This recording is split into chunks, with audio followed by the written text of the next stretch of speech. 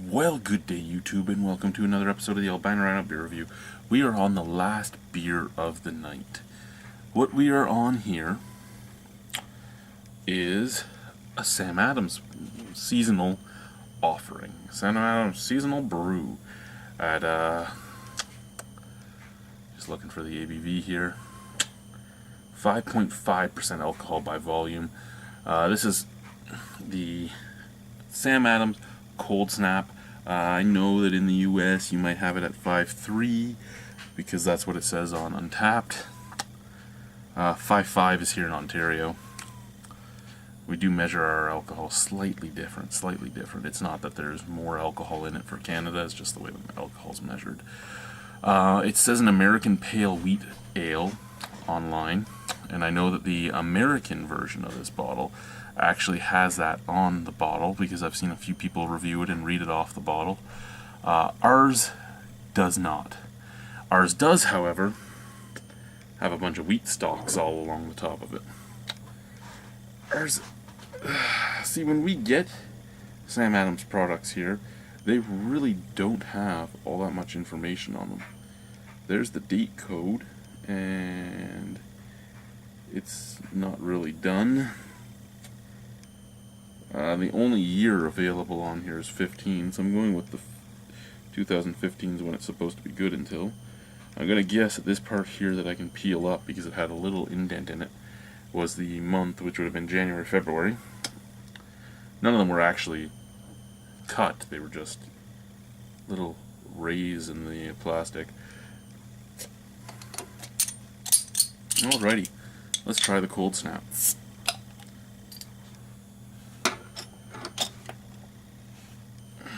Now, here's the thing I've always found with the small bottles of Sam Adams. Usually, they're just meh. I don't find many I dislike. There are some, because every brewery makes something you don't like. But usually, the beers are just meh. I can accept that, because I mean, everybody needs a meh beer every once in a while. But it looks nice. Look at that nice cloudiness, nice straw color, nice bright white head. Probably a little snap, crackle, pop. Yeah, a little bit. Smell. Ooh, that is nice. Oh, sweet orange. A touch of peach. Peach apricot orange. Peach apricot orange. Now, I watched Hoogly's beer review of this. I do not remember what he picked up nose-wise. I don't think it was peach apricot orange, but that's what it smells like to me. All of us are different. All of us have our own senses. All of our brains will pick up something different by the paradigms that we have grown up with. Let's try the beer. Cheers. Like shit. Shit smells like something slightly different to every person.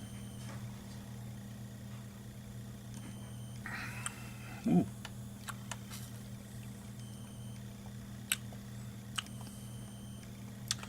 Now, because I've had 4 cans of it in this week, this reminds me a lot of the St. Ambrose apricot wheat. It doesn't have the bitterness on the background that the St. Ambrose apricot wheat has, but this reminds me a lot of it.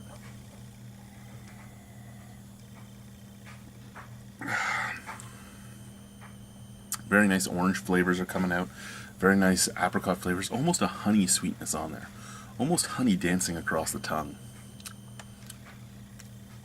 A little bit of peach too.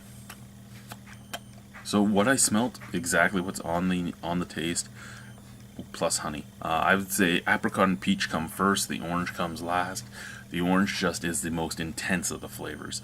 Again, peach doesn't. The peach and apricot both have a nice subtle flavor. The orange overpowers that. That was an American Pale Wheat Ale. I was expecting more hops. Every American wheat I've had has either been absolutely nothing to it because they don't use cloves, they don't use coriander and all that, or it's been a hop bomb. I was expecting that with this. and I don't get either. I do not get coriander, I do not get cloves, I don't get that banana taste on the background that a lot of wheat beers have. Excuse me, but American wheat beer is not necessarily using Belgian yeast. Well, they wouldn't. Why would they? If they are using a Belgian yeast, they would, why not try to do a Belgian wit, right?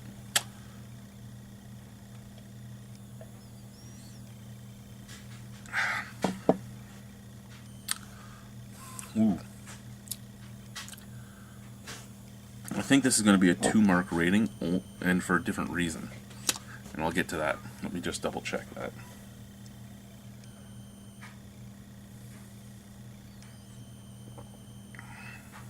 Yeah. The more I drink it, the more the fruit flavors are fading, and the more I'm just getting a weedy base.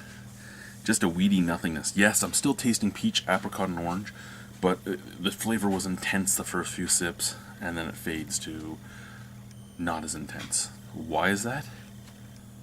I don't know. Maybe because I said something about that being what the American wheats usually taste like to me.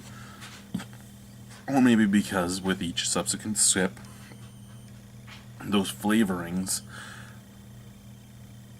are being picked up less and less on my tongue. Which is a possibility too, if it's not natural, if it's a lot of flavorings, or if they just didn't use a lot of it.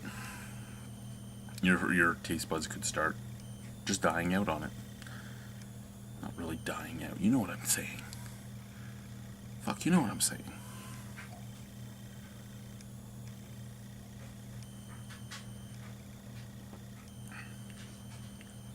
Yeah, 2 rating system here. Here we go. The first half of the bottle, an 8 out of 10. The first half of the bottle, oh my god, amazing. I want. It smells great, it tastes great, I want. Second half of the bottle, 6 out of 10. Just there. Just meh. Overall, 7 out of 10. I can suggest it, I can promote it, I can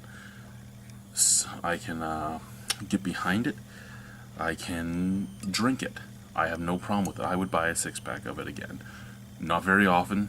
I'd have to really be in the mood, but I can drink it, and I can get behind it.